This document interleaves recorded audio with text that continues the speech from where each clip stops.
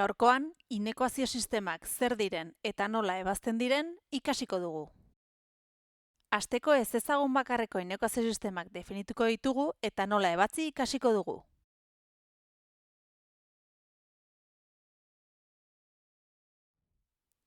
Ezezagun bakarreko inekuazio sistema bat, ezezagun bakarreko hainbat inekuazioz osatutako multzo bat da.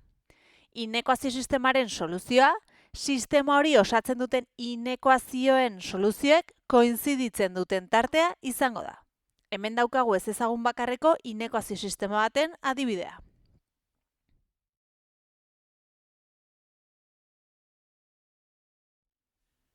Ezezagun bakarreko inekuazio sistemak ebazteko, hainbat pauso jarraitu beharko ditugu.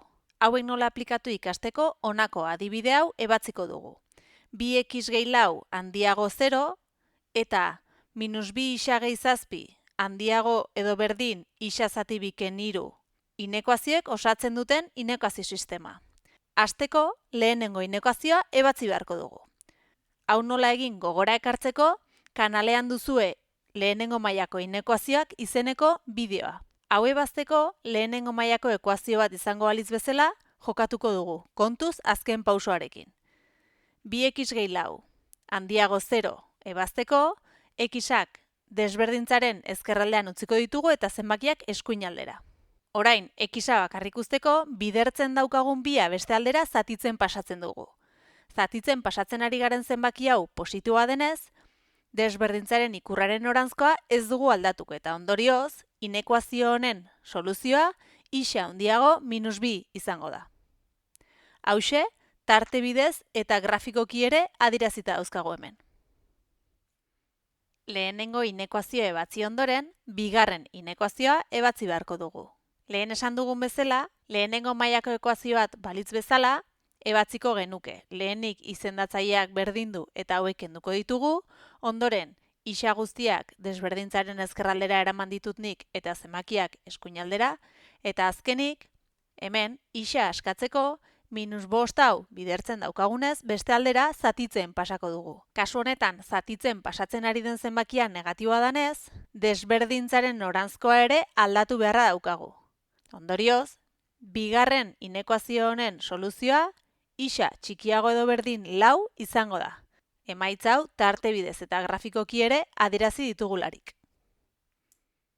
Behin bi inekuazioak ebatzi ditugula, inekuazioen soluzioek koinziditzen duten tartea identifikatu beharko dugu. Izan ere, hori izango da inekuazio sistema honen soluzioa.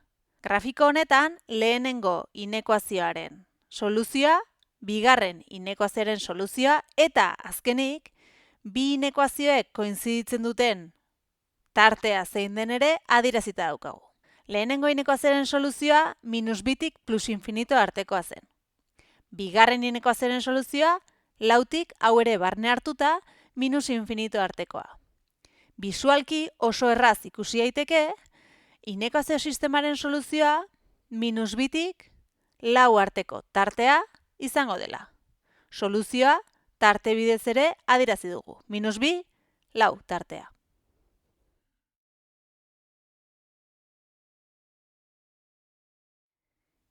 Ikasi berri dugun hori praktikan jartzeko honako adibide hau ere garatuko dugu.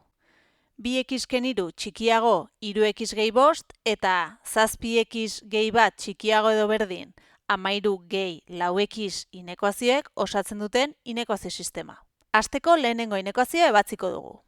2x gehi 3 txikiago 3x gehi 5. Adibide honetan, isak desberdintzaren eskuin aldera eraman ditut, 3x gen 2x, x, eta zenbakiak edo gaiaskeak ezkerraldera. -3 ken 5, -8. Kasu honetan, inekuazioa ebatzita geldituko litzateke. Soluzioa, isa, -8 baino handiagoa izango da. Hau da, -8tik +infinitorako tartea izango da inekuazio honen soluzioa. Hau grafikoki ere adierazi dugu. Jarraian, bigarren inekuazioa ebatziko dugu.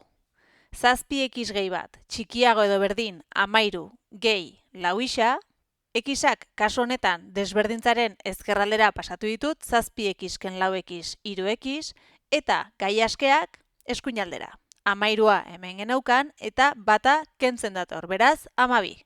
Isa askatzeko, hemen bidertzen daukagun 3 zatitzen pasako genuke desberdintzaren beste aldera, eta ondorioz, bigarren inekuazio honen soluzioa isa txikiago edo berdin 4 izango da. Tarte bidez adierazita, minus infinitotik 4 arte, hau ere barne hartuta. Kasu honetan, bigarren inekuazioaren soluzioare grafikoki adierazi dugu. Behin, bi inekuazioak ebatzi ditugula, inekuazioen soluzioek koinziditzen duten tartea identifikatu behar dugu. Izan ere, hau izango da inekuazio sistema honen soluzioa. Lehenengo inekuazioaren soluzioa minus 8tik infinito artekoa zen, eta bigarren inekuazioaren soluzioa 4tik hau ere barne hartuta minus infinito artekoa. Ondorioz, biek koinziditzen duten tartea minus 8tik 4 artekoa hau ere barne hartuta izango da. Hemen daukagu soluzioa tarte bidez adierazita.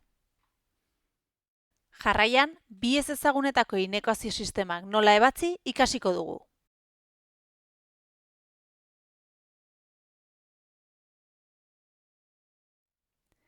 Bi ezezagunetako inekuazio sistema batean, gutxienez multzoko inekuazioetako batek bi ezezagun izan beharko ditu. Adibidez, bi isa gehi txikiago edo berdin 3, isa gehi handiago edo berdin 1 inekuazioek osatzen duten inekuazio sistema, bi ezezagunetakoa da. Izan ere, ekuazio sistema hau osatzen duten bi inekuaziok bi ezezagun dituzte, bai isa eta bai i.